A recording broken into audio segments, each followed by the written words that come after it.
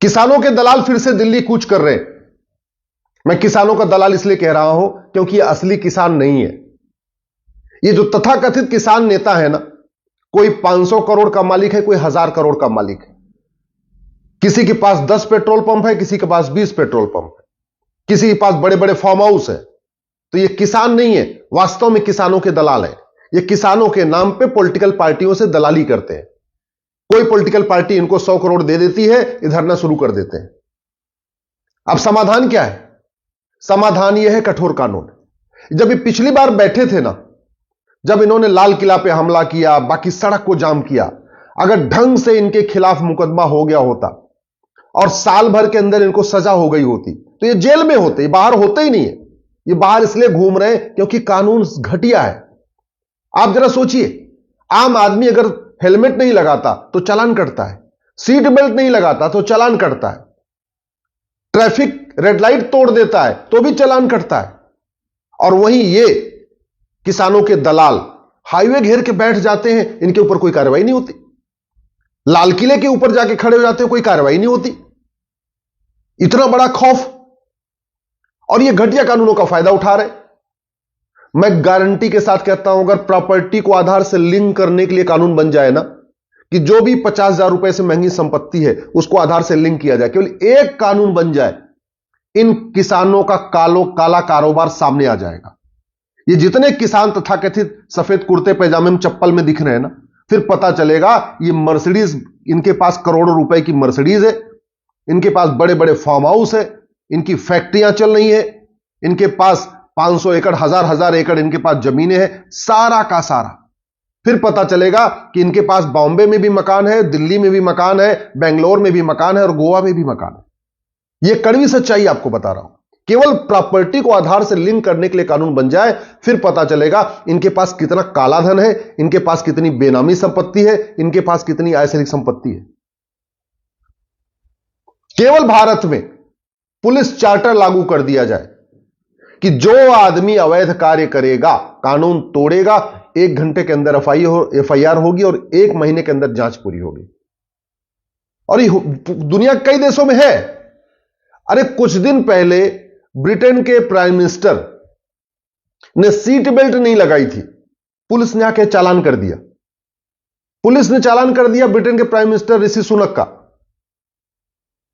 हम उन देशों से सीख नहीं सकते क्या कि जो आदमी हाईवे जाम करेगा, सड़क जाम करेगा, लोगों को परेशान करेगा, सड़क में गड्ढा खोदेगा, सड़क को तोड़ेगा, उससे उसकी पैसा भी छीनेंगे, जो पब्लिक प्रॉपर्टी डैमेज होगी वो भी छीनेंगे और उसको जेल भी भेजेंगे।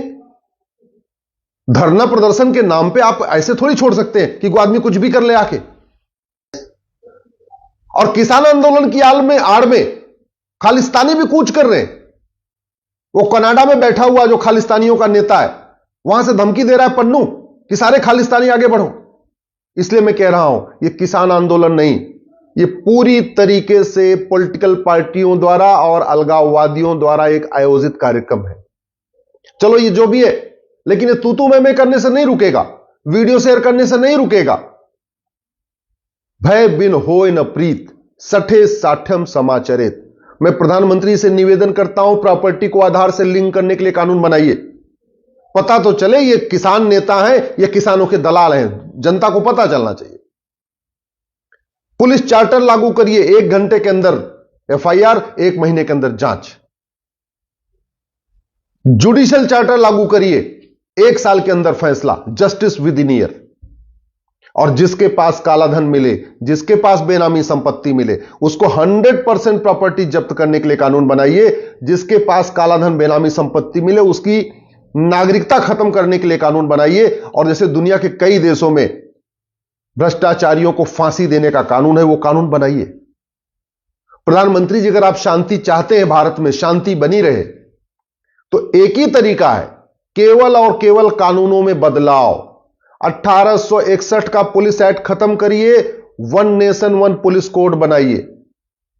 नार्को पॉलीग्राफ ब्रेन मैपिंग कानून बनाइए, आर्टिकल 20 में संशोधन करिए। ये प्रॉपर्टी को आधार से लिंक करने के लिए कानून बनाइए। भ्रष्टाचारियों की 100% प्रॉपर्टी जब्त करने आजीवन कारावास देने और नागरिकता खत्म करने के लिए कानून बनाइए। और सबसे ज्यादा जरूरी है, जुडिशियल चार्टर लागू करिए। 1 साल के अंदर मुकदमों का फैसला हो, यह अनिवार्य करिए। जब तक कानून नहीं बनेगा तब तक ये अलगाववादी, जिहादी, दलाल ये इकट्ठा होते रहेंगे। और ये जो आंदोलनजीवी बैठे हुए हैं ना, ये जो दिल्ली के तथाकथित खान मार्केट गैंग वाले, ये खान मार्केट गैंग वाले भी अरबपति हैं।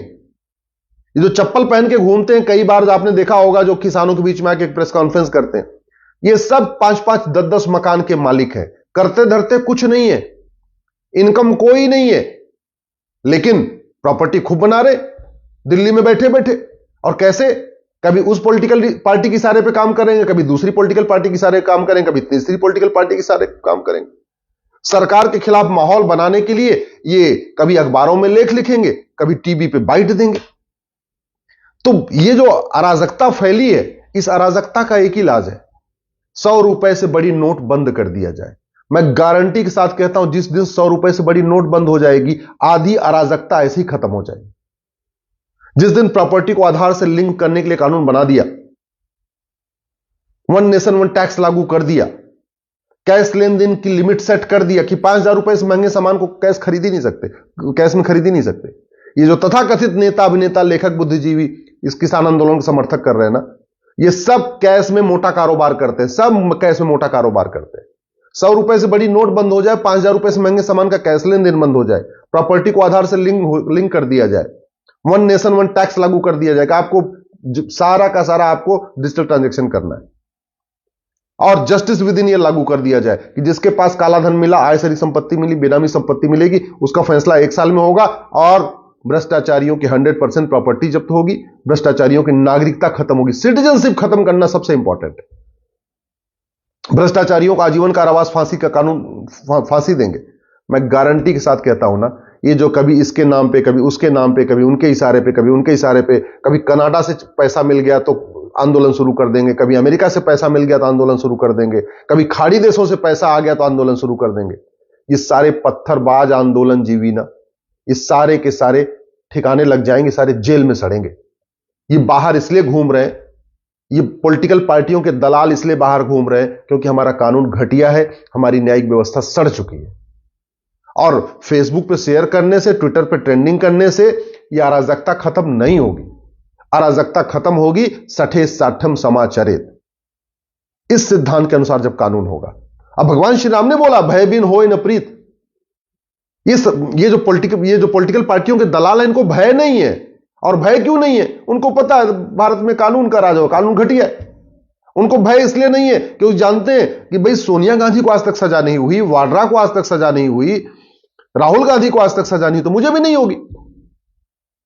ये जो पॉलिटिकल पार्टियों के दलाल है ना, आंदोलनजीवी, समस्याजीवी, ये जानते हैं कि कानून महा घटिया है, मुकदमा 50 साल चलेगा और होगा कुछ नहीं, और 1000-2000 लोगों को भीड़ इकट्ठा करके घेर लेंगे तो मुकदमा वापस हो जाएगा। यही हो रहा है। अदरवाइज ये जो घूम रहे हैं ट्रैक्टर लेके और जो नए नए बयान दे रहे हैं, ऐसे थोड़ी करते। सड़क को खोद देना, हाईवे जाम कर देना, दिल्ली के आसपास जो लोग रहते हैं उनकी जिंदगी नरक हो जाती है हाईवे जाम होने के कारण। तो समाधान इसका क्या है?